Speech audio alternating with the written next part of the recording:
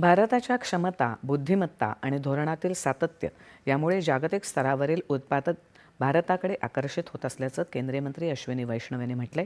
Netherlands इथल्या advance semiconductor materials लिथोग्राफीच्या मुख्यालयाला काल त्यांनी भेट दिली, त्यावेळी ते बोलत होते. लिथोग्राफी संदर्भातील अत्याधुनिक तंत्रज्ञान जाणून घेणं हा या भेटीचा उद्देश आहे, असं ते म्हणाले. गुजरातमधल्या ढोलेरा इथे उभारण्यात येत असलेल्या सेमीकंडक्टर सुविधेचा वापर ASML ही कंपनी करणार आहे. लिथोग्राफी साहित्य पुरवणारी ASML ही जगातली सर्वात आघाडीची कंपनी आहे. भारताचा सेमीकंडक्टर उद्योग म्हणून उदय होण्यासाठी अत्याधुनिक लिथोग्राफी तंत्रज्ञान महत्त्वाचं ठरतं. अशा भेटींमुळे या व्यवसायातील भारताची भूमिका वृद्धिंगत व्हायला मदत होईल, असे ते म्हणाले.